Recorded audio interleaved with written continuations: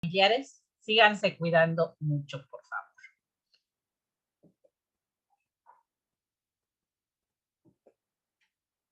¿Ven mi pantalla? Sí, ya se ve. Sí, sí. Ok, perfecto. Entonces déjenme nada más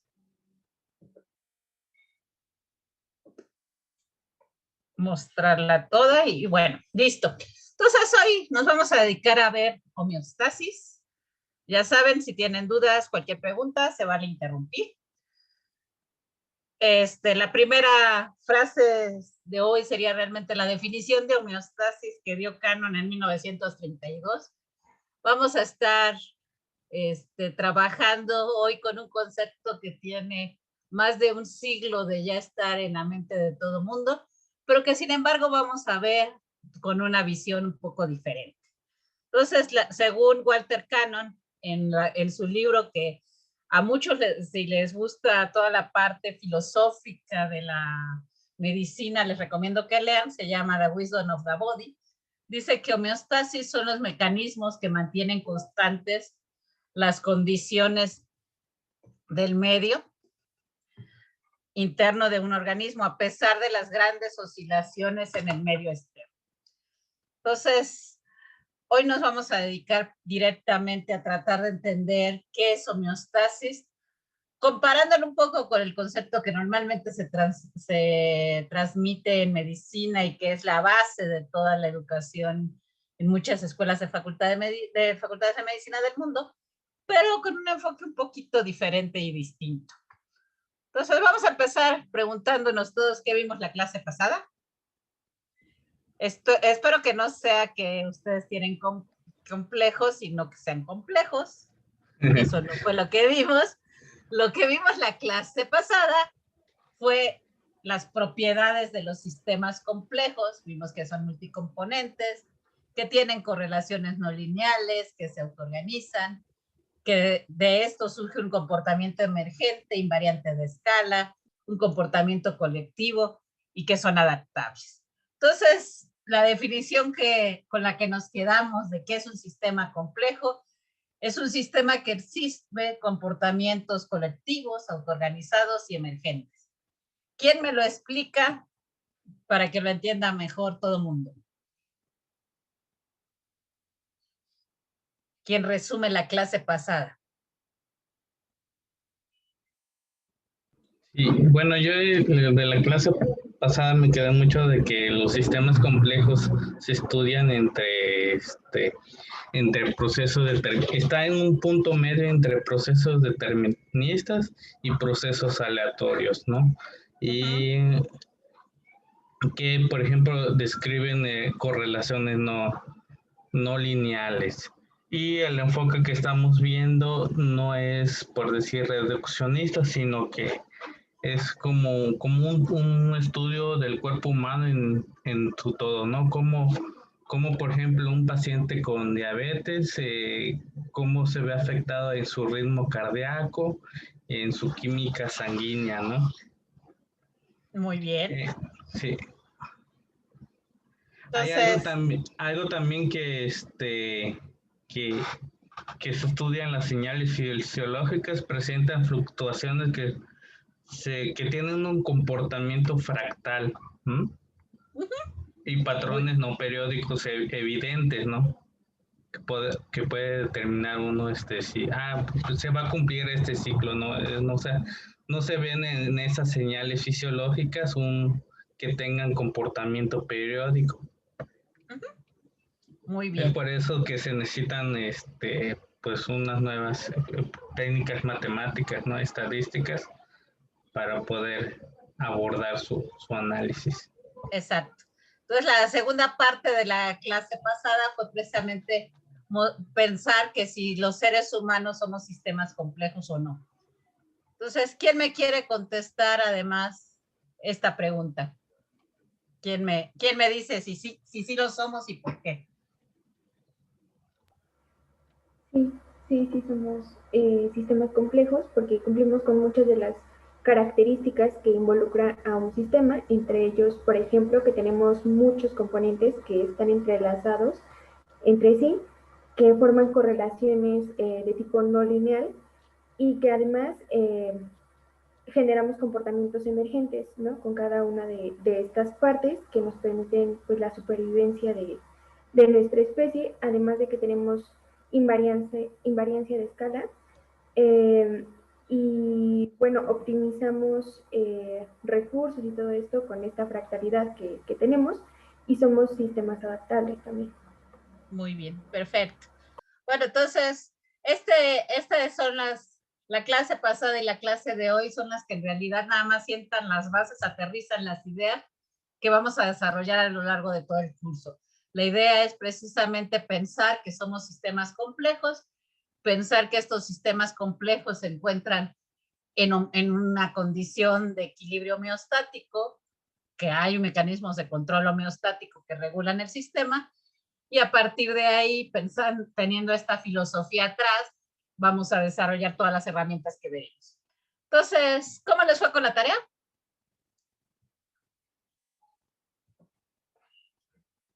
Les dejamos unos artículos por ahí para leer. Quien me cuenta, casi todos ya me la mandaron.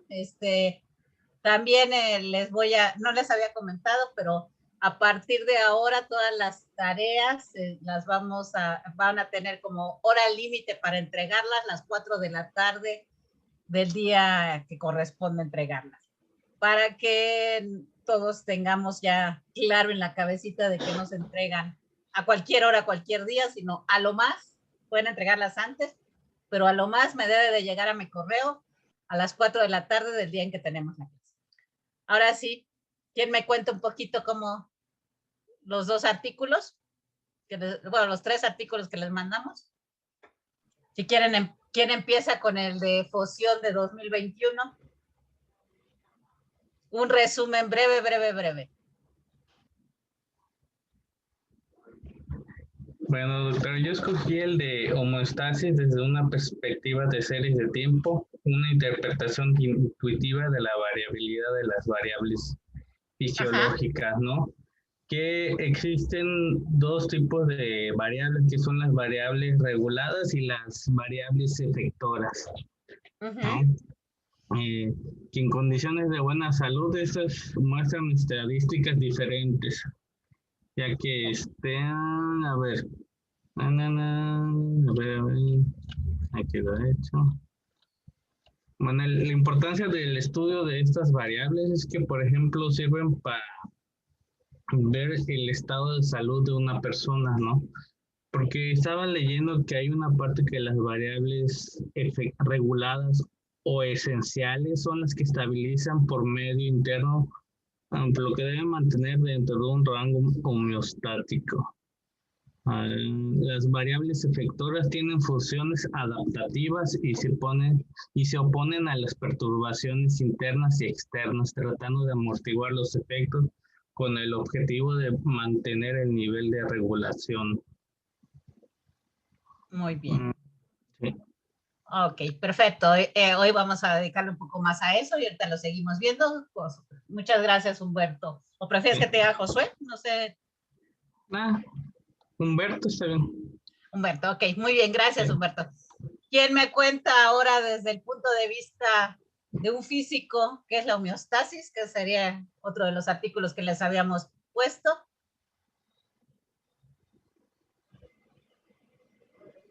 Yo leí eso, doctora. Muy bien, adelante. Bueno, lo que nos decía es que más bien, en lugar de tratar como de definir como tal la homeostasis, más bien nos decía, ¿no? Que es como un conjunto de sistemas que interactúan entre ellos con dos objetivos específicos. Primero, lograr una estabilidad interna y después que el sistema tenga una adaptación a esa variabilidad, ¿no?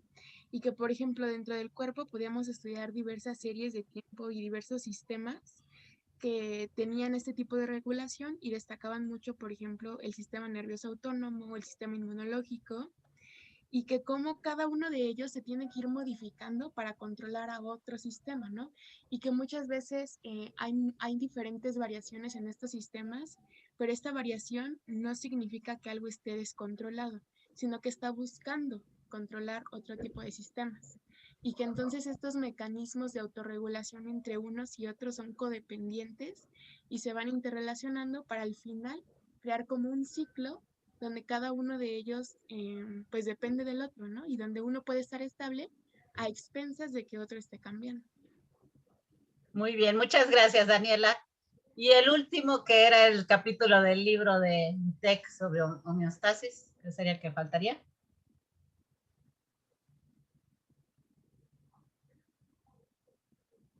Ese nadie le llamó la atención, nadie lo revisó. Yo, doctora. Bueno, Antonio, adelante.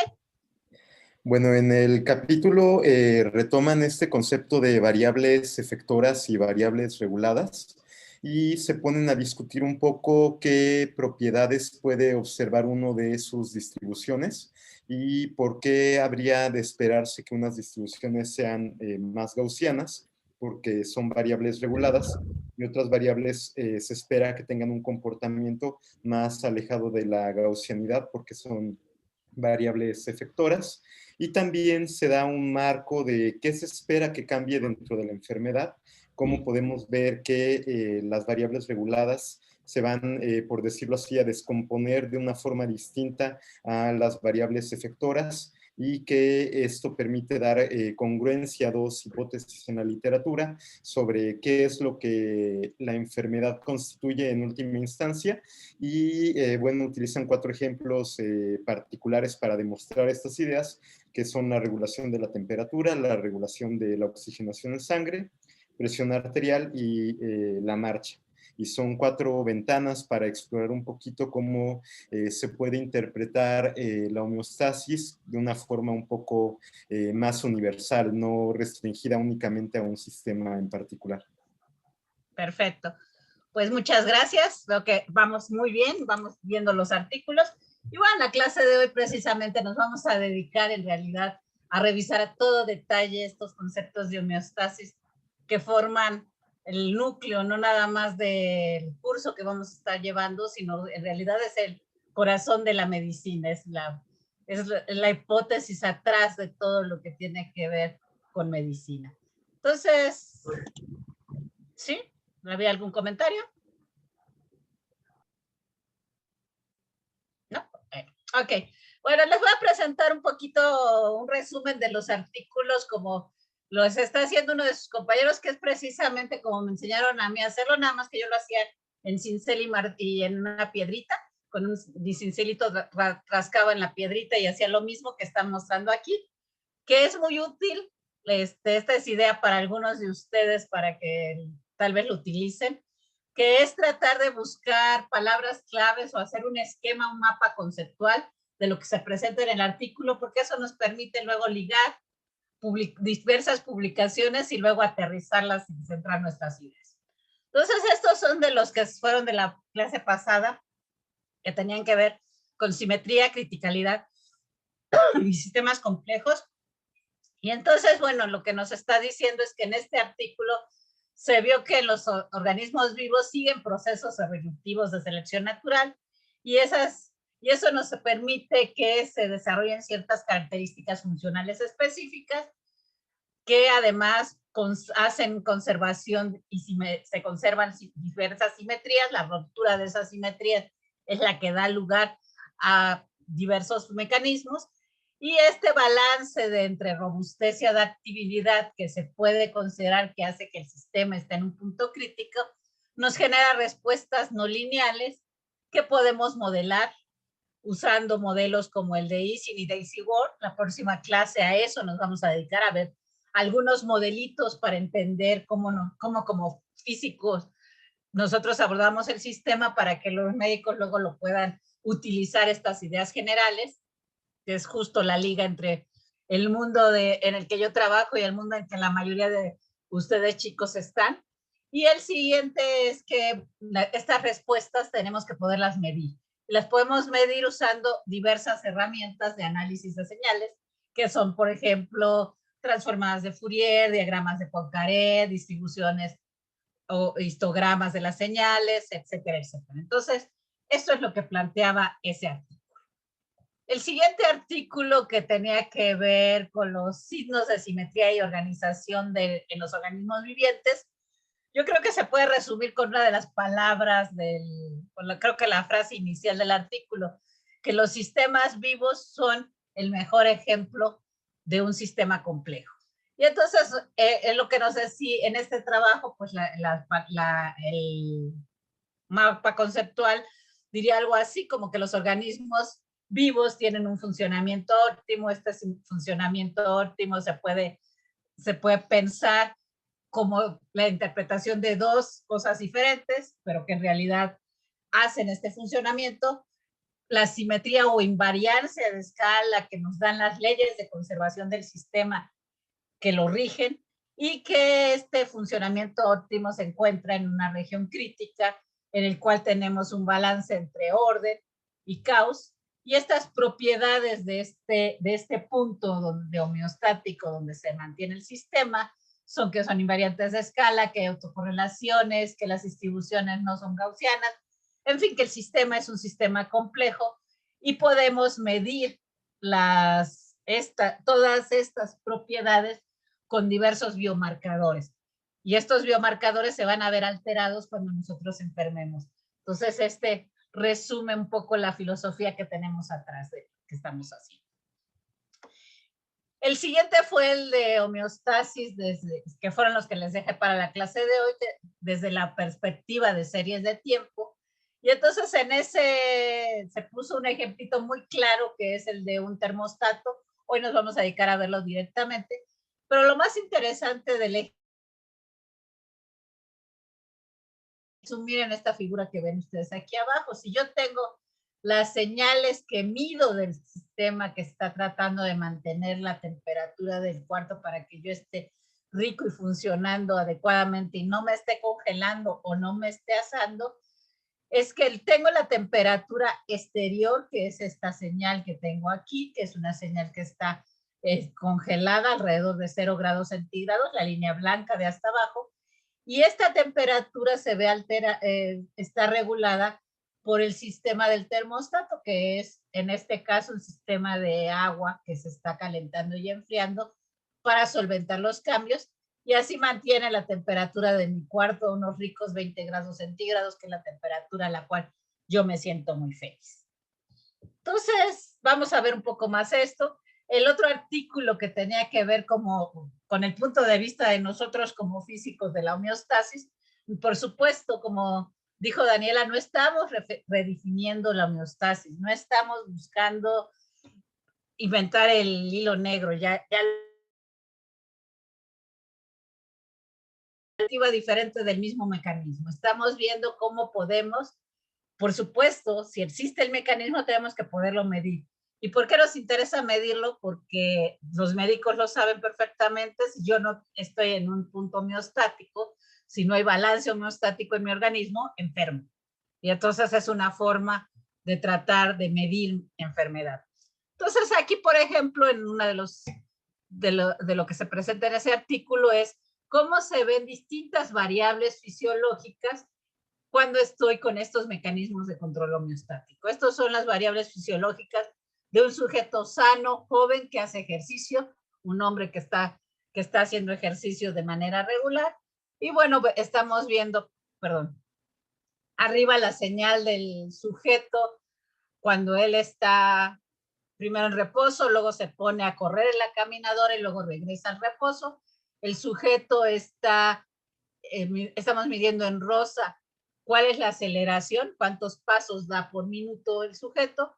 Luego estamos viendo su ritmo cardíaco y en azul, y en blanco estamos viendo cómo está respirando el sujeto. Y vemos tres condiciones diferentes. Cuando el sujeto está en reposo, si se fijan, lo que tenemos es que pues efectivamente no está acelerando, no está caminando, no está haciendo nada, está tranquilamente acostadito o sentadito como yo. Luego cuando lo ponemos, cuando está en esa situación de reposo, si se fijan, su ritmo cardíaco fluctúa mucho alrededor de un valor de promedio, que en este caso, como es una persona joven y sana, está alrededor de 60 latidos por minuto. Entonces, su ritmo cardíaco no es una constante de 60 latidos por minuto.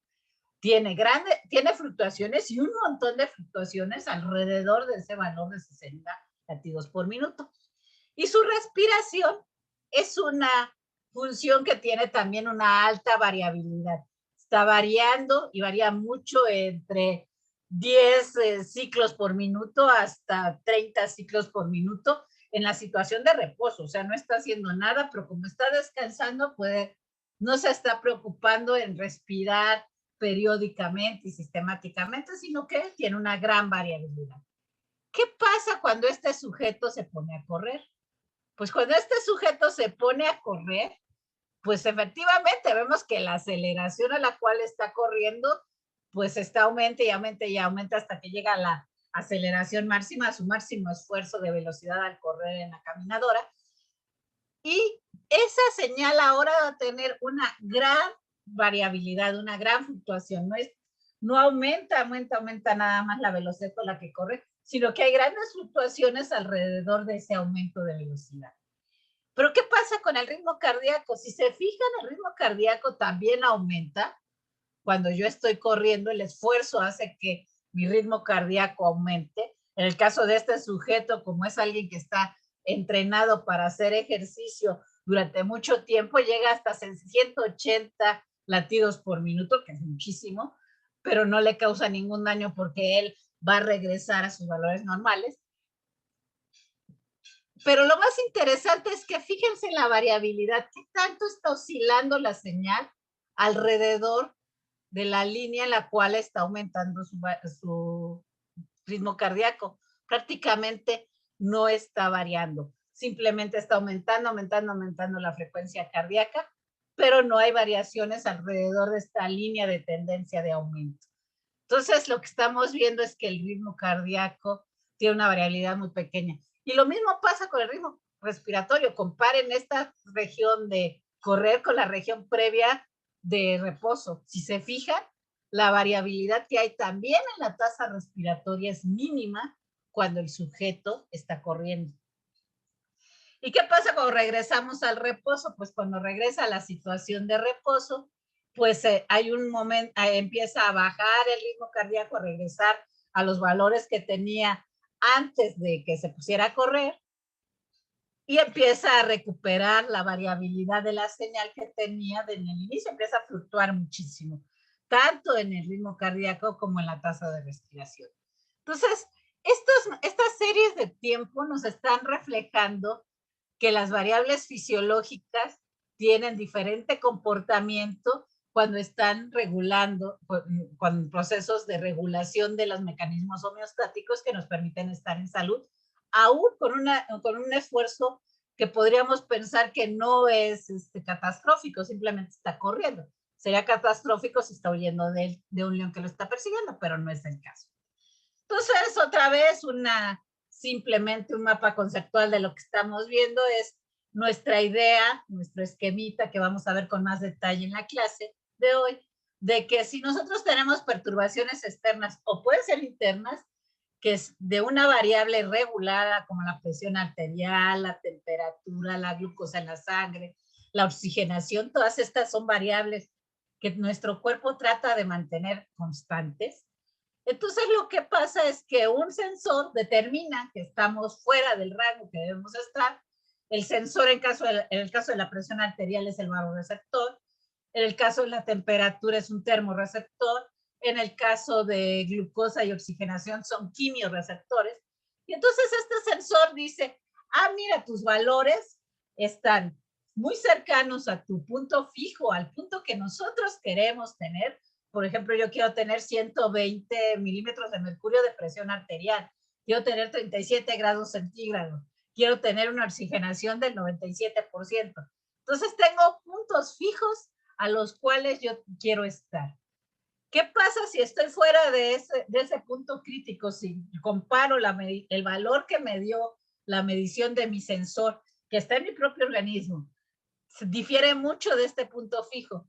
Bueno, pues entonces se van a producir una cascada de mecanismos reguladores que van a tratar de controlar, que van a generar un mecanismo de control homeostático para regresarme al sistema, para que vuelva a estar en salud, para que vuelva a poder responder óptimamente.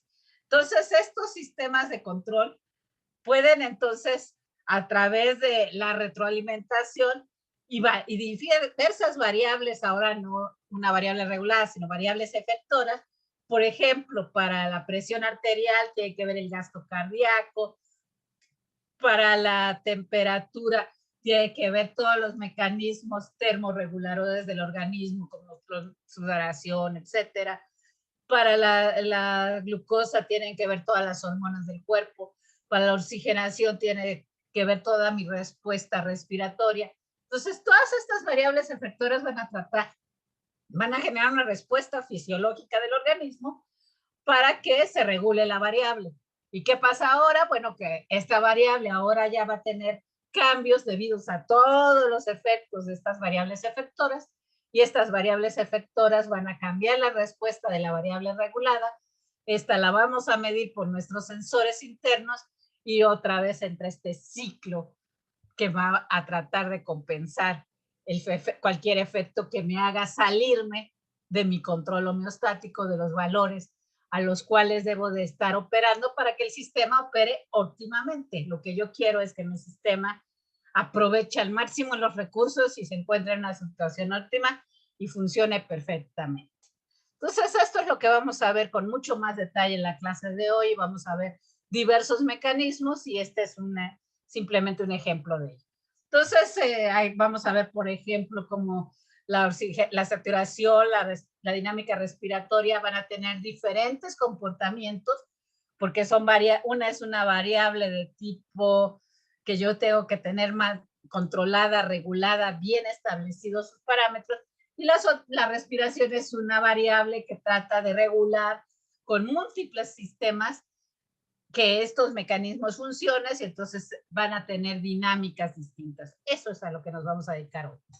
Entonces, el otro es simplemente trato de resumir estos trabajos, precisamente mostrando que la homeostasis, pues es además de estar relacionada con la jerarquía de todas las funciones de mi organismo, trata de generar este balance entre variables reguladoras y efectoras para que nosotros finalmente podamos tener un sistema que funciona óptimamente. Entonces, bueno, ya vimos, las señales fisiológicas son robustas, se adaptan ante cambios. Entonces, nuestra hipótesis de trabajo, la que está atrás de todo lo que hacemos, es que la salud se encuentra precisamente en un estadio homeostático de balance entre robustez y adaptabilidad. La salud va a tener todas las propiedades de estar en este punto de balance homeostático que podemos caracterizar por ser, podemos decir, como un punto crítico en el sentido de los físicos, no en el sentido de los médicos, que podemos ver claramente por ser un punto de invariancia de escala. Esto lo podemos perder bajo dos lados. O sea, nos podemos volver demasiado robustos, o sea, la salud la vamos a perder, ya sea porque nos vamos al lado de robustez o porque nos vamos al lado de adaptabilidad. Si nos volvemos demasiado robustos, demasiado rígidos, como ocurre al envejecer o ante ciertas enfermedades, lo que vamos a tener va a ser una dinámica determinista del sistema. El sistema va a tener una altísima correlación y entonces no va a poder reaccionar ante cambios en el entorno. Entonces, si ocurre algún cambio en el entorno, mi sistema no va a poder reaccionar a ese cambio en el entorno para volver a establecer la homeostasis del sistema. Entonces, ese es el problema si me voy por este lado. El otro lado de pérdida de salud es el extremo de irte hacia adaptable. Si eres demasiado adaptable, o sea, si estás viviendo en condiciones extremas, tu cuerpo va a desarrollar una dinámica aleatoria. Vas a hacer un sistema azaroso, con bajas correlaciones. Eso tampoco te conviene, porque entonces tus parámetros no van a estar dentro del funcionamiento óptimo del sistema. Y entonces simplemente vas a obtener un descontrol total y te vas a enfermar. Entonces, los dos extremos son malos y ser sano está justo en el balance entre estos dos. Esa es nuestra hipótesis que tenemos de homeostasis. Por ejemplo, en el ritmo cardíaco, ¿qué es lo que estamos diciendo? Que si nosotros nos encontramos, en esta línea estoy poniendo la edad de las personas, en esta zona tenemos a los jóvenes, aquí tenemos a los viejitos, tenemos jóvenes que están sanos, que tienen un amplio rango dinámico, que tienen mucha variabilidad de las señales y que pueden adaptarse fácilmente a los cambios del sistema. Si nosotros tenemos que adaptarnos a que estamos corriendo continuamente porque somos deportistas de alto rendimiento y estamos preparándonos para hacer carreras en un maratón o cualquier cosa del estilo, pues nosotros tenemos que poder tener acelerar el sistema y que nuestra señal esté por acá arriba. No demasiado, o sea, si yo me voy más allá de los límites que mi propio organismo me permite, simplemente voy a enfermar. O sea, la máxima capacidad deportiva va a tener un límite, va a tener una línea del límite en la que el sistema se va a poder acelerar para responder a los cambios del entorno, pero no más allá de eso. Y también el sistema se puede desacelerar por el efecto del sistema autonómico, por efectos de que estoy simplemente reposando y relajándome. Y entonces voy a tener una región en la cual puedo yo decir que el sistema funciona dentro de homeostasis. Esta región depende de cada persona, de su edad, de sus condiciones generales de alimentación y de ejercicio que haga, de su metabolismo, de un montón de factores que van a decirle exactamente cuál es la línea en la que está. Pero si se encuentra en esta región, pues en esta va a estar sano. ¿Qué pasa cuando yo envejezco? Cuando envejezco, el rango dinámico en el cual yo puedo variar mis variables, valga la redundancia, es cada vez menor. Yo no puedo, ya tengo un sistema que está muy rígido, mi corazón ya los cardiomiocitos han oscilado tantísimas veces que ya no pueden mantener fluctuaciones grandes de la oscilación y en realidad todos tratan de latir igualito que lo hace el de al lado. O sea, es el grupo de jóvenes en el cual todos primero había varios rebeldes ante una situación y todos gritaban, peleaban y decían, no se puede, no. Pero después de 20 horas en la asamblea, los que estudian en Facultad de Ciencias lo podrán constatar, aún esos jóvenes ya no quieren gritar y ya dicen, sí, lo que sea, vámonos. Eso es lo que le pasa al organismo. El cuerpo, en esta caricatura, lo que le está pasando es que su rango dinámico de variación de las oscilaciones cardíacas cada vez se vuelve menor. Se empieza a volver un reloj suizo. Y precisamente estas variaciones hacen que yo me pueda adaptar poco a los cambios en el entorno.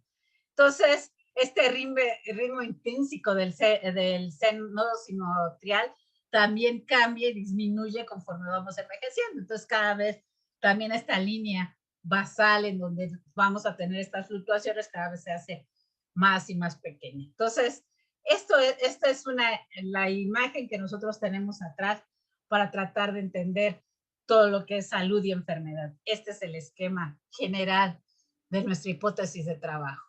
Entonces, recuerden, al envejecer perdemos el balance entre ser robustos y ser adaptables a los cambios del entorno. Esta caricatura de Kino me encanta porque precisamente refleja eso. Es un viejito que va al médico y el médico empieza a medir la frecuencia cardíaca del sujeto y dice, fabuloso, señor López, usted tiene un corazón que está latiendo, pero bien periódicos. Es un reloj suizo. Mire qué bien están los latidos de su corazón. Lo felicito, señor López. Y le da una palmadita en la espalda. ¿Qué le pasa al pobre sujeto? Que no se puede adaptar a los cambios del entorno. Entonces, es importante tener en cuenta que nosotros somos seres con sistemas complejos, en el cual sí es muy importante tener estas fluctuaciones y esta alta variabilidad.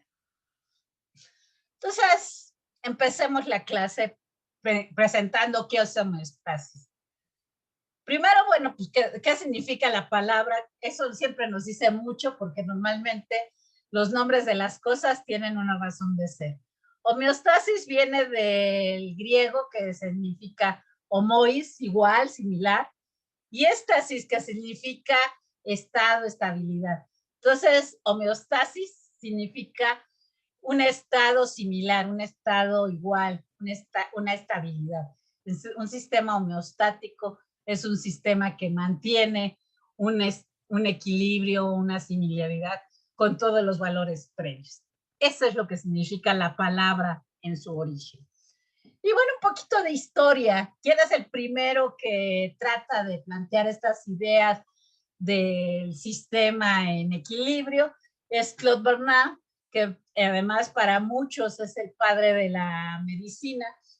Esta es una pintura de Leon Agustín Lemaître, que lo que nos muestra es la lesión de Claude Bernard en el laboratorio de vivisección de la Academia de Medicina, y bueno, pues eso es prácticamente lo mismo como vemos ahorita una clase en Facultad de Medicina, como se veía en 2019. Bueno, la bata no es la misma, esta es una bata que parece más de carnicero que ser las batitas de laboratorio preciosas que usan ahora nuestros estudiantes, pero la idea es exactamente la misma. Claude Bernard fue el primero que trató de establecer que era importante hacer experimentos en seres vivos, disertarlos en los seres y entender el funcionamiento de estos para poder explicar el funcionamiento de los seres humanos. Entonces él hizo muchísimos experimentos con conejitos, con gatitos, que eran los principales fuentes de todos sus estudios. Y sus ideas principales se resumen en un libro que él escribió en 1860, como ven ya fue hace muchísimo tiempo, en que dice que todos los mecanismos vitales, por muy variados que sean, tienen un fin: mantener la constancia del medio interno, lo que es la condición de la vida libre. Si las condiciones internas están reguladas pobremente, el individuo puede sufrir grandes daños o incluso morir. Entonces, si se fijan, la idea de Claude Bernard es que debe de haber un mecanismo, de que todos tenemos estos mecanismos vitales que hace que el medio interno se mantenga constante, con valores constantes, y esa constancia de este medio interno es lo que hace que el ser vivo exista como tal. Si te sales de esa constancia, pues simplemente o te enfermas o mueres.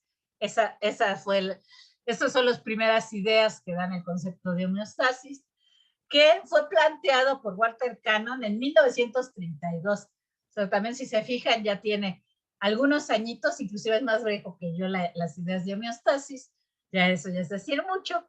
Y estas ideas surgen también del concepto que él decía, y él fue el primero que le dio el nombre de homeostasis. Él dijo que el homo, que significaba igual, era porque el medio interno es mantenido dentro de un rango de valores más que en un valor fijo. Y ese rango de valores trata de ser igual todo el tiempo, o sea, se mantiene estos valorcitos en el medio interno de manera que esto esté fijo. Y éstasis, que era la condición, y no como un estado invariable de condición similar, sino que es la que se encargaba de la condición o del estado que mantenía una relativa constancia del medio interno. Entonces, se fijan, esto ya sería una primera definición de homeostasis que ya dio Walter Cannon.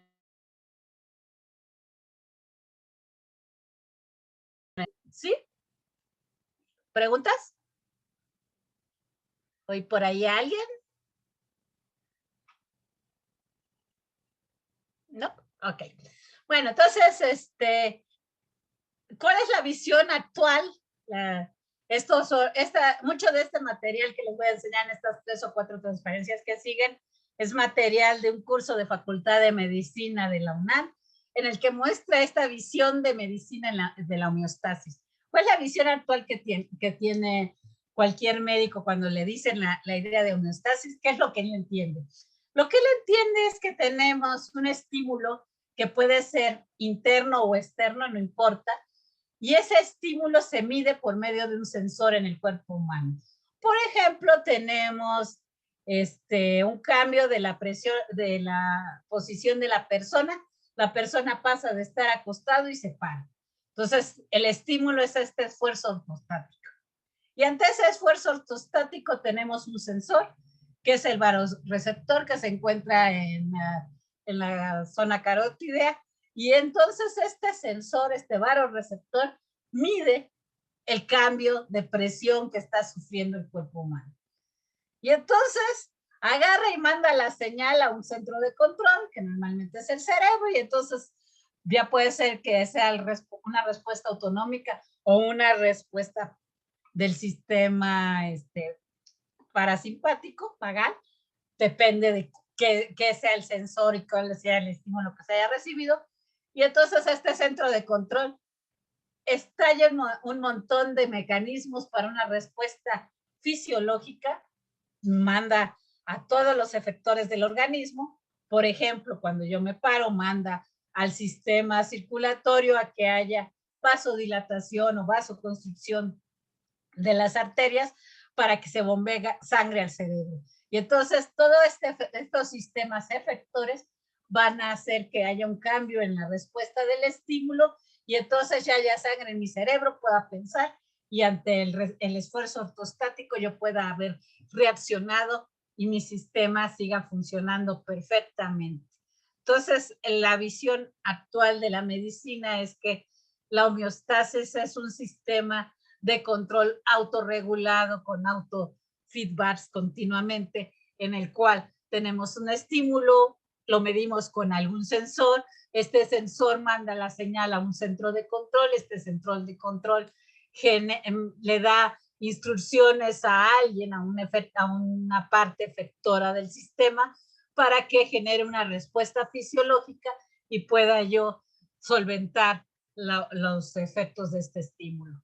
Eso es lo que es la homeostasis desde el punto de vista tradicional que aprenden todos los estudiantes de Facultad de Medicina en la UNAM. Por ejemplo, veamos cuál es el mecanismo homeostático que nos permite mantener nuestra temperatura corporal constante. Supongamos que estamos ahorita en el norte del país, y entonces estamos en el norte del país y hay un frío espantoso, está nevando. Entonces el estímulo del exterior es que la temperatura de exterior del planeta en esa región específica es muy baja, estoy abajo de 0 grados centígrados.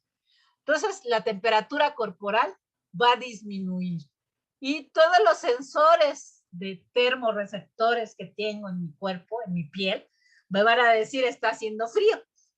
Y entonces todos estos termorreceptores van a hacer que los vasos sanguíneos, le va a llegar la señal a mi centro de control, que es el cerebro, y entonces me va a decir los vasos sanguíneos se tienen que contraer para que el calor se conserve. Las glándulas sudoríparas no deben de funcionar, no deben de soltar fluido, porque si hay fluido, si suelto gotitas de sudor, ese sudor se va a congelar y se va a volver hielito. Y entonces me va a ir peor. Entonces, glándulas sudoríparas dejen de funcionar. Vasos sanguíneos, contráiganse. Empiezo a temblar. Tengo mucho frío. Esta contracción muscular involuntaria va a generar calor, porque es movimiento y todo movimiento genera calor en el cuerpo. Y entonces mi cuerpo se va a calentar. El calor se va a retener y entonces eso va a llevar a que la temperatura de mi cuerpo se normalice. Entonces, este es el mecanismo que funciona, todo este mecanismo de control homeostático, si estoy en una región como Ciudad Juárez, en que estoy a temperaturas tales que está nevando.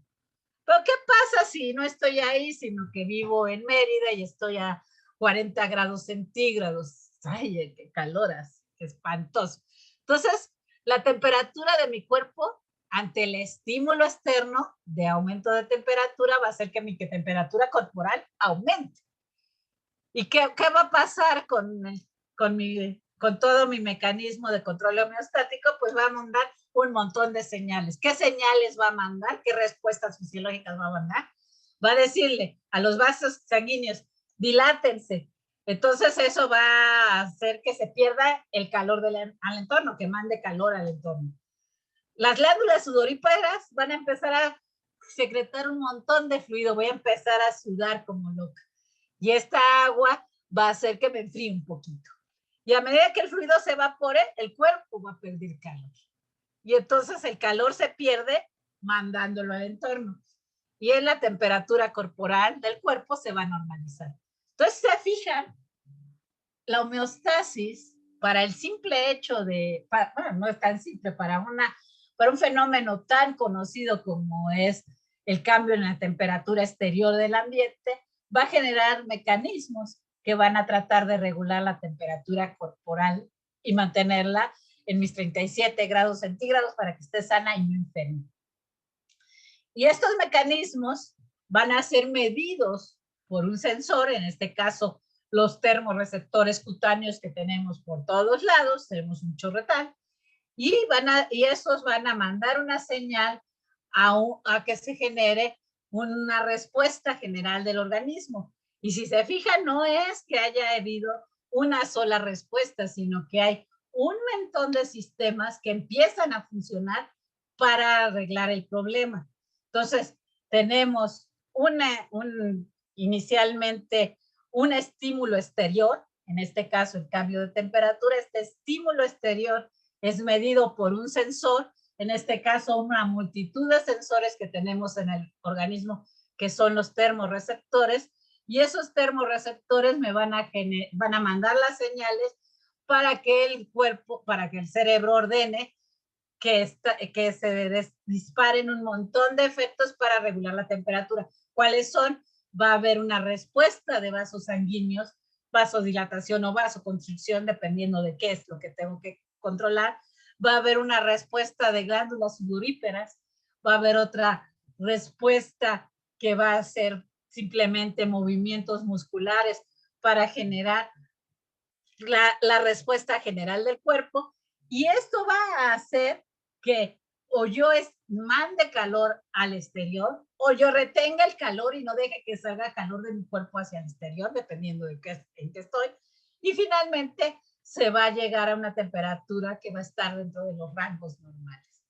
Esta es la idea general que tenemos, y como ven, ya están muy estudiados los mecanismos, pero normalmente lo que hacemos es que lo tratamos de resolver, entender estos mecanismos, nada más entendiendo una sola respuesta, no sin integrar todo el sistema. Este enfoque de integrar todo el sistema como sistema complejo es lo que es, en cierto sentido, un poco novedoso a lo que normalmente se expresa. También tenemos otro ejemplo que los médicos conocen muy bien y ven un montón de veces. Este es un trabajo que en una base de datos que tiene imágenes, que tiene un montón de explicaciones fisiológicas de diversos fenómenos, que se llama el páncreas endocrino en este en particular. Hay otro capítulo que tiene que ver con homeostasis, que es del Open Stage College de Anatomía y Fisiología, y lo pueden descargar libremente, ya sea para que las clases se vean bonitas o para simplemente ustedes tener una imagen general de qué está funcionando en el cuerpo humano. Entonces, la homeostasis, para mantener la glucosa, pues, ¿qué es lo que pasa? Yo necesito mantener los niveles normales de glucosa en la sangre.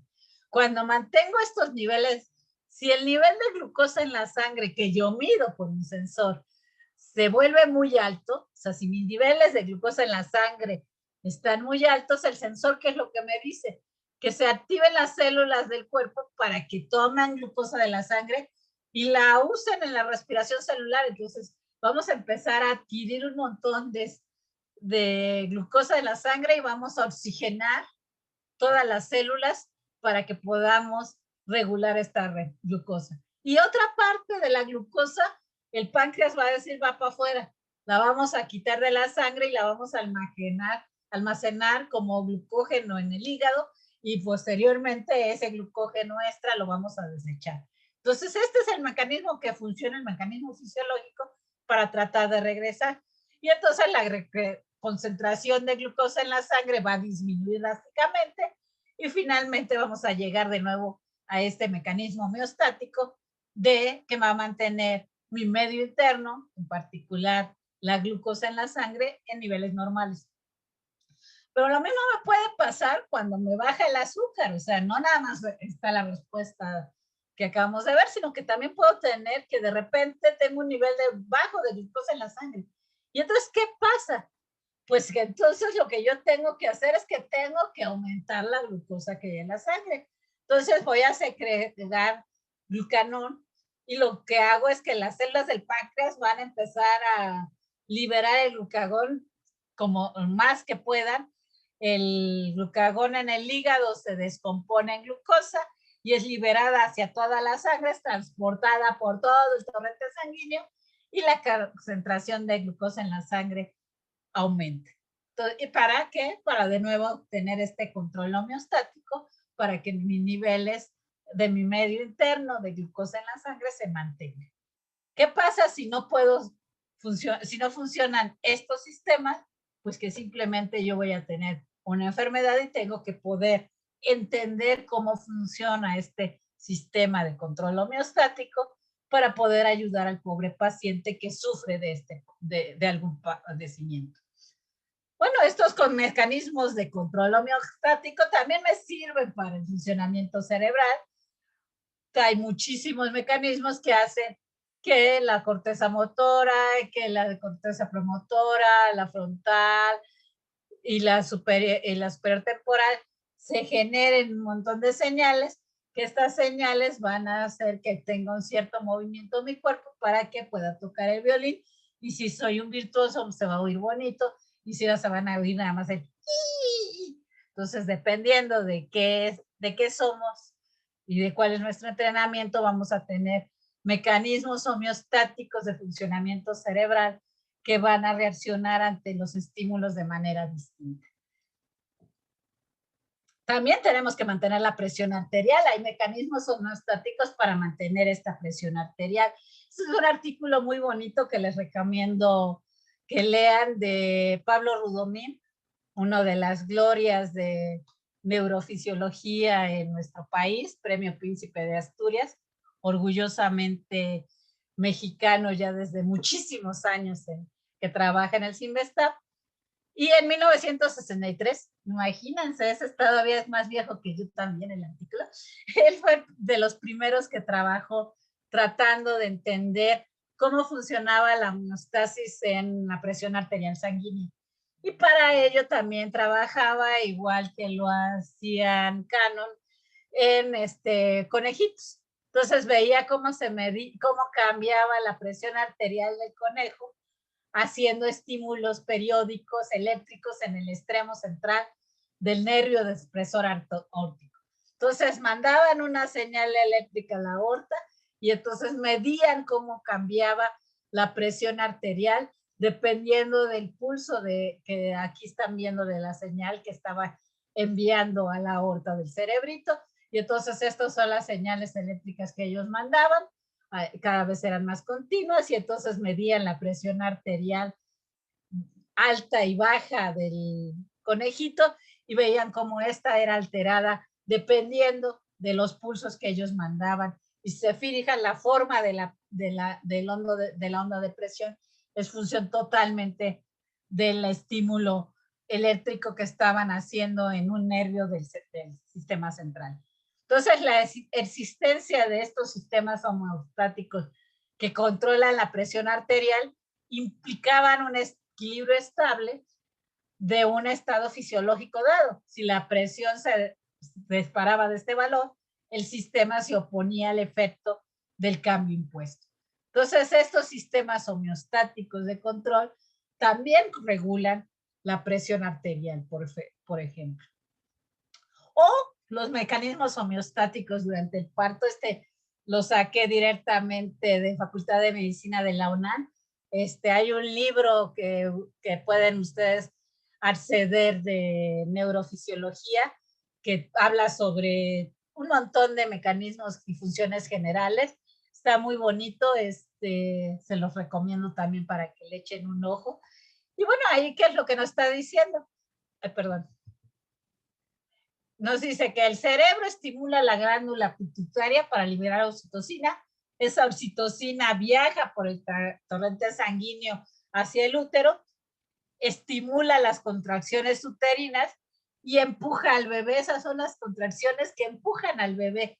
La cabeza del bebé presiona la cabeza al cuello uterino, este cuello uterino siente esa presión y se generan impulsos nerviosos que son transmitidos al cerebro, y entonces el cerebro dice, están presionando, entonces debes de mandar más oxitocina, la pituitaria de nuevo se vuelve loca y libera más oxitocina, y este mecanismo continúa hasta que la presión es suficiente para poder expulsar el feto.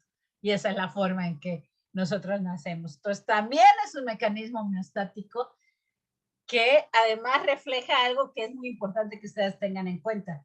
La homeostasis no es un fenómeno puntual, es un fenómeno de equilibrio dinámico. Es un fenómeno que varía en función del tiempo y que este sistema de control va a tener cambios drásticos como función del tiempo, y la respuesta es una respuesta dinámica, no es una respuesta estática. Ténganlo siempre en cuenta. Homeostasis no es un fenómeno puntual, sino es un fenómeno que está en el marco de series de tiempo. Es un fenómeno de control dinámico que varía en el tiempo. ¿Dudas? ¿Preguntas?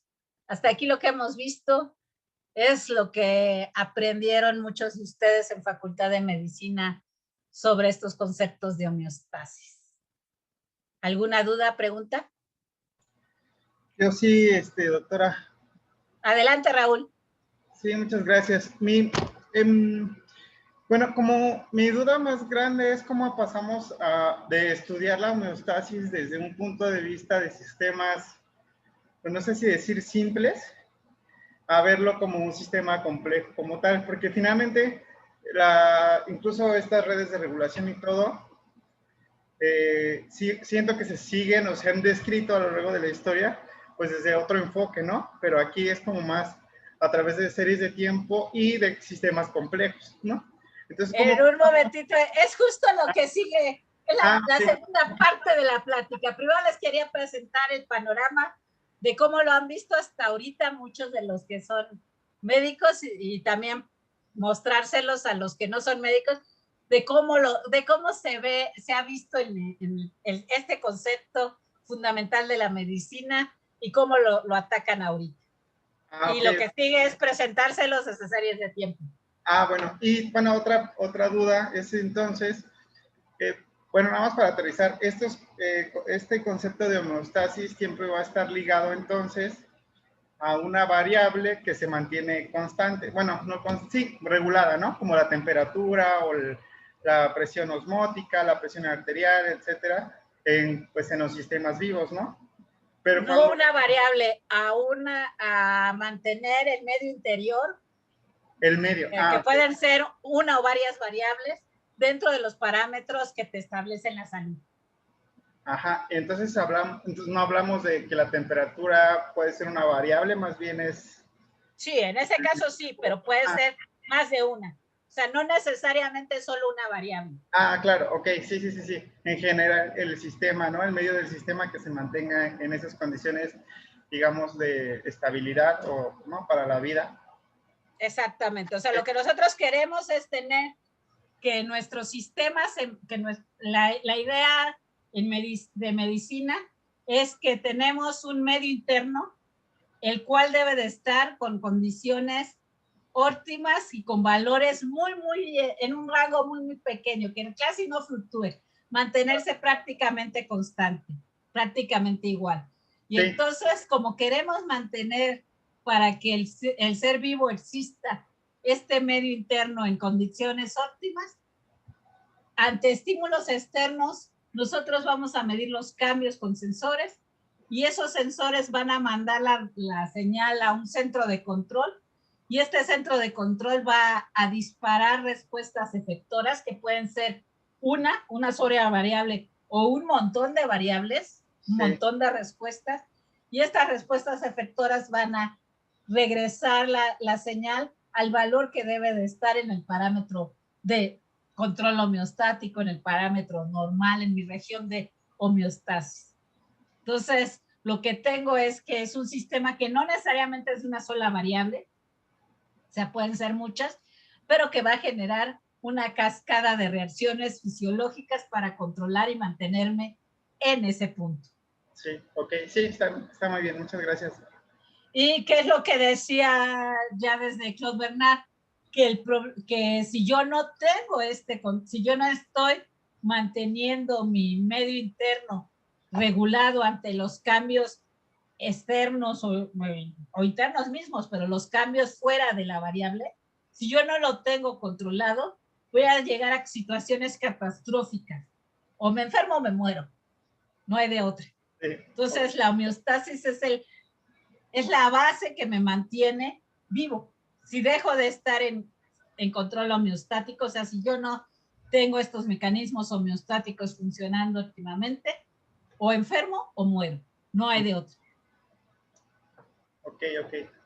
Sí, gracias. ¿Alguna otra pregunta? Hola, doctora. Hola, Alan, ¿qué pasó? Gracias. Oiga, estaba pensando ahorita que, bueno, estamos viendo estos fenómenos fisiológicos, específicamente en el humano, y aplicándoles conceptos físicos. Entonces, ahorita pensé un poco al revés, que el fenómeno término homeostasis, ¿qué símil le podríamos dar en el aspecto físico? ¿A qué se podría asemejar en el aspecto físico? No sé si me explico con mi pregunta. Sí. Gracias. En muchas áreas. Uh-huh. Eso es moderno y eso es ya más con el concepto de homeostasis que vamos a ver en un momento, que tiene que ver más bien como un sistema complejo. Entonces, por ejemplo, yo puedo pensar en que si yo tengo un lago y tengo diversos peces, plancton, algas, tengo la misma vegetación, las corrientes de agua, el sistema se encuentra también en una situación homeostática.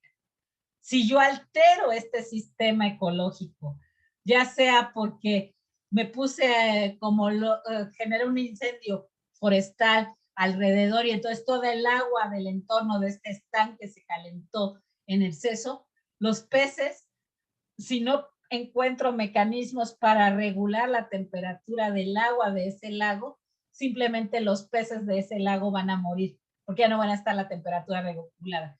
Entonces, este control homeostático se puede extender directamente a otro sistema como el sistema de un estanque en el que tienes un montón de organismos. O podemos pensar en, por ejemplo, en un bosque o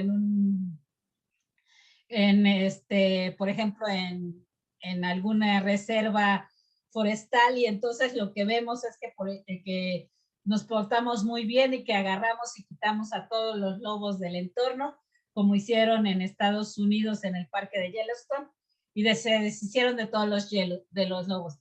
¿Qué pasó con el sistema? Que a la hora de quitar los lobos, que se comían a los venaditos, ya no había quien se los comiera. Y entonces los venados empezaron a crecer su población de manera indiscriminada y a consumir un montón de plantitas que estaban alrededor de los ríos. Y entonces los ríos empezaron a cambiar el cauce. Y los cauces de los ríos de Yellowstone se alteraron tanto que empezó a haber sequías y empezó a haber lugares donde las corrientes eran tan enormes que ya no podían sobrevivir ciertas especies de peces que estaban en esos ríos.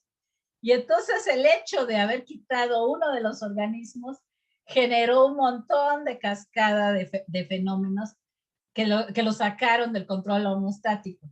¿Cómo se ha arreglado eso? Agarraron e inteligentemente introdujeron lobos. Ahora que ya volvieron a introducir lobos al parque de Yellowstone, los habían quitado porque eran muy feos y mataban un montón de animalitos, pues ahora se dieron cuenta de que esos lindos lobos, que no son tan feos, matan a estos animalitos y han regresado de nuevo a las condiciones de equilibrio homeostático que tenían antes de que se hubieran quitado los lobos.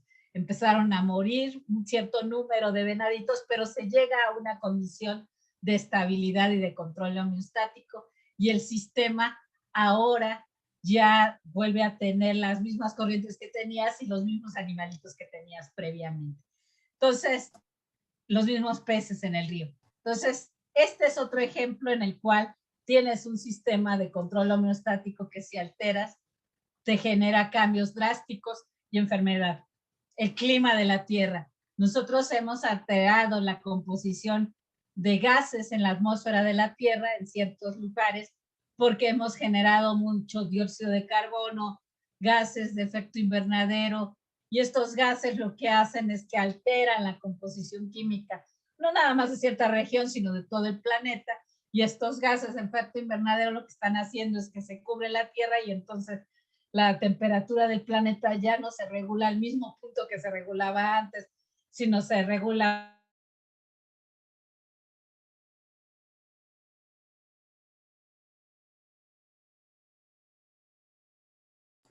Creo que se muteó, doctora.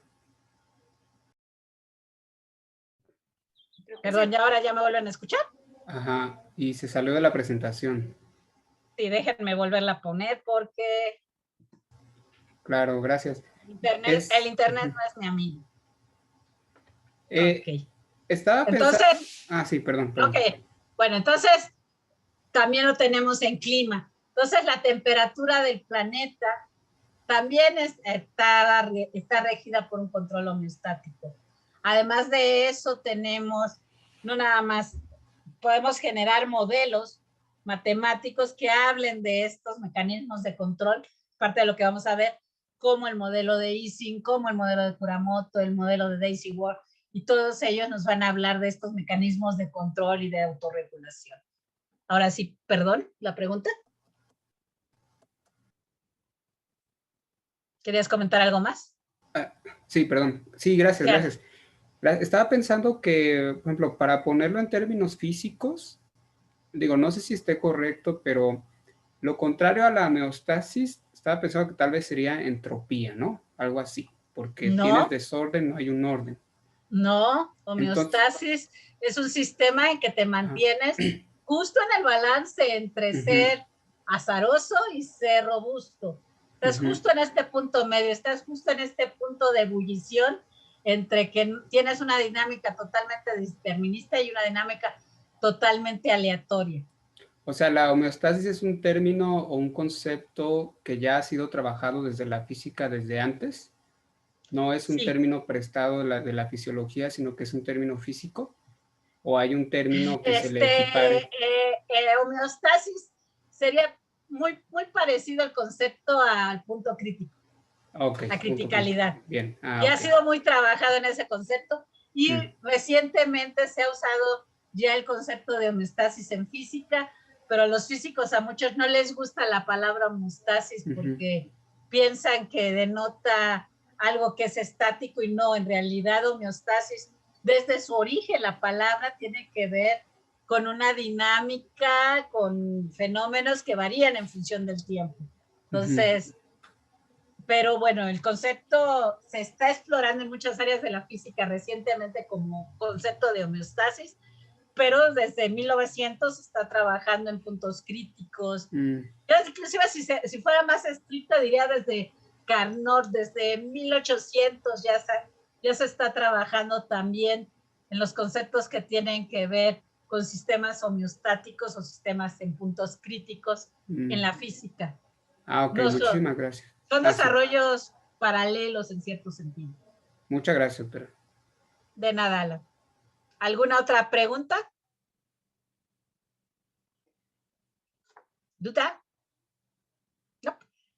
Bueno, entonces déjenme nada más terminar un poquito lo que quiero mostrarles, aunque sea, veamos ahorita el modelo simple de control. Entonces, ahorita vamos a pensar en un sistema muy simple de control. Yo tengo el aire acondicionado de mi casa y quiero regular la temperatura de mi cuarto para que esté en unos ricos 20 grados centígrados, porque si estoy a 0 grados centígrados como están en el exterior, por ejemplo, ahorita en Chihuahua, yo me muero de frío y yo no estoy a gusto a 0 grados centígrados. Pero tampoco me gustaría estar como están en Mérida, 40 grados centígrados. No me gusta ninguno de los dos extremos. Entonces, quiero regular la temperatura de mi cuarto. ¿Qué es lo que hago? Pues lo que hago es que tengo una perturbación externa. Esta perturbación externa es, por ejemplo, la temperatura que hay afuera de mi casa. Y quiero mantener mi ambiente interno, el medio interno, lo quiero mantener en un punto fijo. El punto fijo que quiero es a 20 grados. Entonces, ¿qué es lo que hago? Bueno, registro la temperatura con un termómetro. Y entonces mido la temperatura que hay en este momento en mi cuarto. Y en mi cuarto en este momento, bueno, en el exterior estamos a 0 grados centígrados y ahorita en mi cuarto estamos a 17 grados centígrados. Pero a mí no me gusta. Entonces lo que mido, perdón, es que tengo una señal de error y entonces el termostato que va a generar, lo que va a decir es que yo tengo que calentar el cuarto porque está muy frío. Y entonces el termostato que va a ser aparte después del sensor, que va a ser este sistema de control que va a decir qué es lo que se va a hacer, dice, hay que generar todas las variables que calienten el cuarto. Entonces va a llamar a todas las variables efectoras que calientan el sistema y va a generar una acción correctiva. Y entonces esta acción correctiva va a cambiar una variable esencial en este momento para mí, que es la temperatura del cuarto. Y entonces yo mido esta temperatura del cuarto con mi sensor, que es este termómetro, y voy a tener una autoalimentación, una retroalimentación del sistema, un feedback, que me va a decir, ahora la temperatura del cuarto son 20 grados centígrados, y entonces va a decir, perfecto, todo está en orden. Pero puede ser que yo haya calentado un poquito de más el cuarto y no está 20, sino está 24. Pero yo no quería que estuviera 24, entonces el termostato dice, no, está fuera de la temperatura que le dijimos. Entonces va a entrar el aire acondicionado, que va a hacer la acción correctiva de enfriar la temperatura, bajar la temperatura, y entonces nuevamente lo mido la temperatura con un termómetro, lo comparo y entonces este sistema va a enfriar el cuarto. Y efectivamente es lo que yo estoy haciendo. Entonces, este modelo de control de caricatura lo que está haciendo es que estoy midiendo la temperatura de del cuarto, que quiero tener a 20 grados centígrados, es esta línea blanca que ven aquí, que quiero que tenga muy poquitas fluctuaciones, porque yo soy casi como un pececito. Si me ponen a 25 grados centígrados, empiezo a sudar como loco y ya no funciono. Pero si me ponen a 15 grados centígrados, empiezo a titiritar de frío y tampoco funciona. Entonces, para que funcione, necesito estar a 20 grados centígrados. Entonces, la temperatura lo trato de mantener con pequeñas fluctuaciones. Las fluctuaciones de esta temperatura del cuarto deben de ser mínimas. Es la variable que yo quiero controlar. ¿Y cómo controlo esa variable? Pues en este sistema lo hago con agua, que es la que se encarga de calentarse o enfriarse para mantener la temperatura del cuarto. Y entonces esta agua va a tener grandes fluctuaciones. Si se fijan, está oscilando un montón alrededor de la temperatura promedio para poder regularla. Y la temperatura externa está horriblemente fría a lo largo del tiempo. Entonces, este sistema de control va a tener que responder al exterior. Bueno, este modelo de control puede no funcionar. De repente puede ser que el sistema funcionaba perfectamente para enfriar el cuarto, pero si yo lo que tengo es que no estoy en Ciudad Juárez, sino que estoy en Coatzacoalcos, yo lo que aquí tengo en realidad es que la temperatura exterior es muy alta. Y puede ser que mi sistema de regulación no funciona para temperaturas altas. Entonces pierdo el control. Entonces, originalmente la temperatura exterior está oscilando y aumenta a lo largo del día y es una temperatura que está fuera del rango que yo quiero, que me hace feliz. Originalmente, la temperatura que yo quiero para ser feliz debe de ser esta línea blanca a 20 grados y la temperatura del cuarto oscila alrededor de ella para mantenerla. Pero ¿qué pasa con el agua? Que el agua no puede enfriarse, o sea, no se puede enfriar lo suficiente para regular la temperatura externa. Y entonces la temperatura externa del agua finalmente empieza a parecerse mucho a la temperatura externa del cuarto, y como ya no puedo regularla, finalmente la temperatura de mi cuartito se vuelve exactamente la misma que la temperatura exterior. Entonces hubo una pérdida del control del sistema, y esta pérdida de control es la que es responsable de que yo ya no pueda controlar la temperatura del cuarto. Este aire acondicionado se descompuso, o en términos de médicos, está enfermo.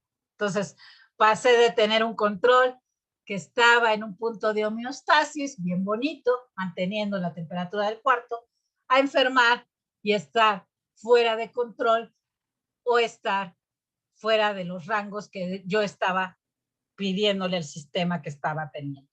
Entonces, este es el dibujo del esquema que les había presentado, que es el tradicional para cómo se maneja el control homeostático.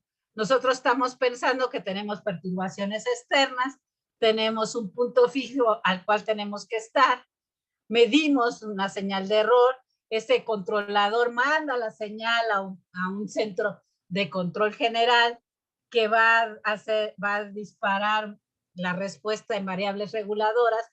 Estas variables reguladoras, que pueden ser una o pueden ser muchas, van a generar una respuesta fisiológica con una acción correctiva, y entonces vamos a regular la variable que nos interesa, y podemos medir si la variable se reguló o no por un sensor, y este sensor va a retroalimentar el sistema.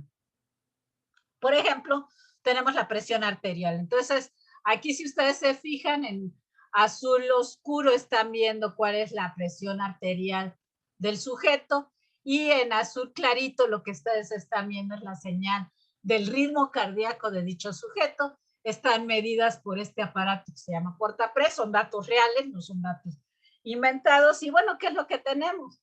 Nuestro modelito. Nuestro modelito dice que la presión arterial nosotros la queremos sistólica, la queremos mantener a 120 milímetros de mercurio, eso es salud. Y entonces, o fluctuar muy poquito alrededor de esa línea. Entonces, nuestro sistema corporal mide la señal y la compara y dice, tienes la señal dentro de parámetros normales o está muy alterada. Si está muy fuera del rango de 120 milímetros de mercurio, entonces, entre las tantas variables que van a actuar, el ritmo cardíaco va a empezar a fluctuar muchísimo para regular la presión arterial. Y entonces este sistema de regulación lo vamos a medir por un sensor que es el barorreceptor, y este sensor va nuevamente a decirme cuál es la presión. Y entonces aquí, si se fijan, tengo este juego de dos variables. En realidad son muchas, aquí nada más estoy mostrando para simplicidad en nuestra comprensión solo uno de los mecanismos, pero recuerden que regular la presión arterial no se hace con un solo mecanismo, sino que entran en juego un montón de mecanismos del cuerpo humano. En particular entra el ritmo cardíaco.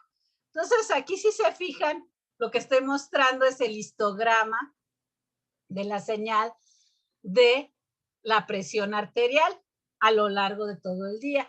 La presión arterial de una persona a lo largo del día es una señal bimodal, porque tenemos una presión arterial que está muy asociada con todas nuestras actividades cotidianas cuando estamos caminando y trasladándonos, y tenemos otra presión arterial que es menor cuando estamos bien tranquilitos descansando en nuestra camita acostaditos. Entonces es una distribución realmente bimodal, pero lo más interesante es que, si se fijan, en cada una de estas es una distribución prácticamente gaussiana, con un ancho muy, muy chiquito, tiene muy poquitas fluctuaciones alrededor de un punto promedio. Pero si yo veo cómo es el ritmo cardíaco es una señal que es muy distinta. El ritmo cardíaco no es simétrico, no es para nada gaussiano, y además de que no es simétrico, es muy ancho, se tiene una variación muy grande. ¿Por qué? Porque todas estas fluctuaciones grandes son las que van a garantizar que mi sistema de presión arterial esté controlado. También tenemos lo mismo para la temperatura. El control homeostático de la temperatura ahora lo puedo medir midiendo un par de variables, midiendo la temperatura interna de la piel, la temperatura interna del cuerpo, ya sea por un reloj que ponga, por un termómetro que ponga en mi oído, o puedo inclusive tragarme una de estas pastillitas que te permiten medir la temperatura conforme va bajando este medidor termostático y se va reflejando en tu celular, vas siguiendo la señal. O puedes medir la temperatura externa de la piel poniéndote un relojito que está midiendo cuál es la temperatura que tiene. Y bueno, pues obviamente la temperatura interna de la piel también es bimodal, pero si yo me fijo en cualquiera de las dos curvas que componen esta bimodal, tiene un ancho muy pequeño, prácticamente simétrica, gaussiana, y en cambio la temperatura externa de la piel, que va a fluctuar grandemente para poder controlar la temperatura interna de la piel, es uno de los tantos mecanismos, va a ser una distribución asimétrica, tiene una cola muy, muy larga, que va a ser además muy aplanada, muy platicúrtica, y que lo más interesante es que no es una distribución gaussiana, con grandes fluctuaciones. La saturación de oxígeno le pasa exactamente lo mismo. La dinámica respiratoria es una de las variables que trata de mantener mi saturación de oxígeno justo en este valor de 97%. Entre 90 y 100 son los rangos de salud. Y para mantener esa saturación, ya sea cuando estamos en reposo, que son los cuadros de arriba, o cuando estamos haciendo el ejercicio de correr en la caminadora, lo que nosotros vemos es que esta saturación cambia, pero se mantiene constante prácticamente, y el mecanismo que hace que se mantenga constante, pues es precisamente la dinámica respiratoria. Estos mecanismos de control, la próxima clase vamos a ver que son muy distintos en hombres y mujeres, y que podemos verlo por una red fisiológica. ¿Dudas para terminar?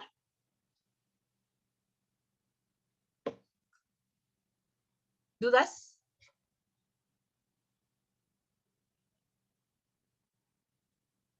No. No. Bueno, ¿qué vimos hoy? Pues vimos lo que sería nuestro concepto de homeostasis.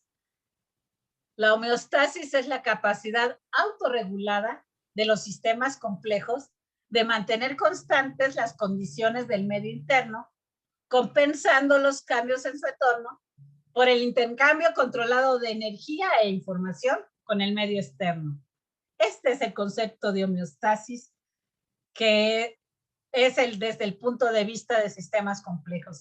Este es un concepto que no nada más se aplica a seres vivos, sino que se aplica para cualquier sistema complejo. Es esta capacidad autorregulada que tienen todos los sistemas complejos, con el fin de mantener constantes las condiciones del medio interno. ¿Para qué? Para compensar todos los cambios que hay en el exterior. ¿Y cómo lo hacen? Lo hacen por mecanismos propios que controlan el intercambio de energía o información con el medio externo, manteniendo este equilibrio dinámico. Entonces, este es el concepto de homeostasis que va a estar atrás de todas nuestras ideas.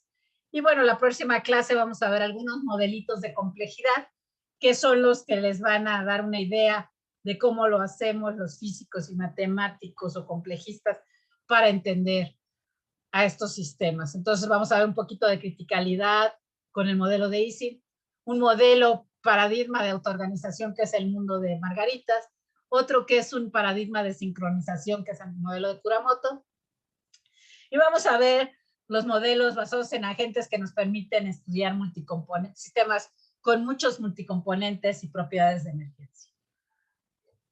La tarea para son cualquiera de estos tres artículos, el que ustedes gusten, que uno tiene que ver con la variabilidad neuronal, otro tiene que ver con la criticalidad en el cerebro, y el último que tiene que ver con este modelo de Ising para entender precisamente estos sistemas complejos y ver señales de series de tiempo que nos puedan alertar y que podamos nosotros tratar de reproducir para entender el sistema. Entonces, ¿dudas, preguntas?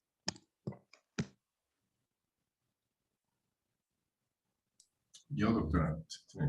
Adelante, Gabriel. O sea, no sé si entiendo bien. Las variables regulatorias tienen que ver con el control interno, ¿sí? Y las efectoras tienen que ver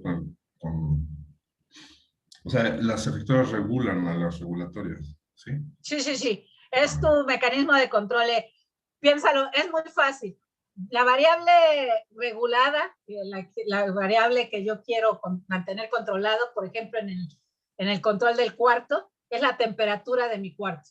Entonces quiero mantener la temperatura. Esa sería la variable regulada, la variable que yo quiero mantener constante. ¿Cuál sería la variable efectora? La temperatura del agua, del termostato que mantiene caliente, que mantiene la temperatura de mi cuarto. ¿Cuál sería la variable externa que afecta al sistema? La temperatura fuera de mi casa. Entonces, la temperatura exterior sería el estímulo que va a generar que cambie la variable que yo quiero tener regulada, que es la temperatura del cuarto, y esta variable regulada la voy a mantener mediante una variable efectora, que es la temperatura del agua de mi termostato. Y ahí lo que ven es que, o sea, o sea, las variables regulatorias tienen propiedades estadísticas diferentes a las efectoras, ¿no? Y, o sea, sí, claro. ¿Por qué? Porque la variable regulada, ¿cómo la quiero mantener? La quiero mantener prácticamente constante todo el tiempo. Entonces, lo que yo quiero alrededor de la variable regulada, ¿qué tipo de distribución es? Desde el punto de vista matemático, lo que yo quiero es una distribución gaussiana, una distribución que esté alrededor del valor promedio y que tenga una variancia muy chiquita. ¿Qué pasa con las variables reguladoras? Pues que las variables reguladoras en realidad van a tener grandes fluctuaciones y que van a tener mecanismos compensatorios diferentes. Entonces van a tener colas muy largas, van a ser distribuciones que no van a ser simétricas para nada, van a tener colas muy largas y que van a tener una variancia enorme, porque yo quiero poder fluctuar en un rango de valores muy grande para poder regular el sistema. Entonces las variables efectoras van a tener una distribución con colas muy largas, muy aplanada, que no son gaussianas para nada, muy lejos de gaussianidad, y las variables reguladas que yo quiero controlar, las variables que yo quiero mantener constantes, van a ser distribuciones prácticamente constantes gaussianas. Sí. Y entonces, ok. Y entonces, o sea, mi pregunta es si, o sea, en los ejemplos que nos dio, pues son, o sea, se basan en como en experimentos y evidencia, observaciones, ¿no? Que definen una causalidad, ¿no? Se sabe qué cosa regula otra, por ejemplo. Pero me pregunto si se puede hacer al revés, o sea, es decir, si tenemos un montón de variables que no sabemos cuál es regulatoria y cuál es efectora, se podrían discriminar con estas propiedades, ¿o no? O sea, como para investigar cómo funciona. Esa es parte de lo, bueno, en el trabajo más reciente precisamente es lo que estamos tratando de decir, ¿no? Que en realidad sí podríamos investigar qué tipo de papel juega en el cuerpo humano estas variables. Y además podríamos entender, ya que sabemos que la variable, por ejemplo, sabemos que el ritmo cardíaco es una variable efectora que tiene una gran varianza y que tiene una cola muy larga. ¿Qué pasa cuando enferma? Pues que pierde la propiedad de poder regular el sistema, que pierde esta capacidad efectora. Y entonces cuando pierde esa capacidad, ¿cómo se va a volver? Pues se va a volver una distribución gaussiana.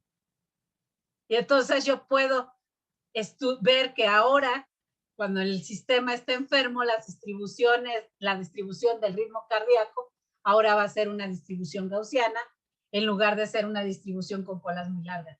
Entonces voy a poder estudiar no nada más qué tipo de variable eres, sino ver que si yo sé que esa variable es una variable regulada, por ejemplo, la presión arterial, si la presión arterial deja de ser una variable gaussiana, simétrica y bonita, y empieza a tener colas largas y se aleja de gaussianidad, quiere decir que me estoy enfermando, que ya no estoy regulando, ya estoy perdiendo el mecanismo de regulación homeostática.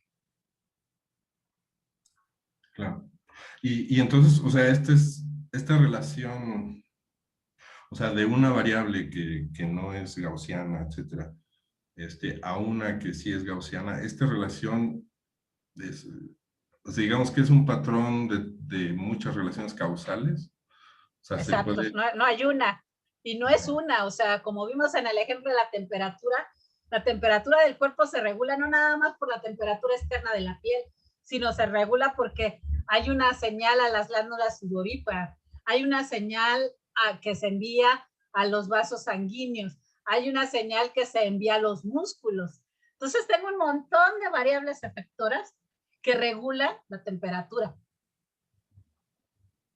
Son un montón de mecanismos fisiológicos para regular un mecanismo que es el cambio de temperatura interna del sistema. Mi temperatura interna debe de ser 37 grados centígrados. Si estoy fuera de eso, algo me está pasando. Sí, ok. Bueno, gracias. Yo tengo una duda. Sí, adelante. ¿Quién es? Aarón. Hola, Aarón, perdón. Sí. Sí, bueno, o sea, ahorita hablando esto como de las variables, entiendo que cuando el sistema empieza a fallar, entonces esto se empieza a manifestar en una alteración en las variables.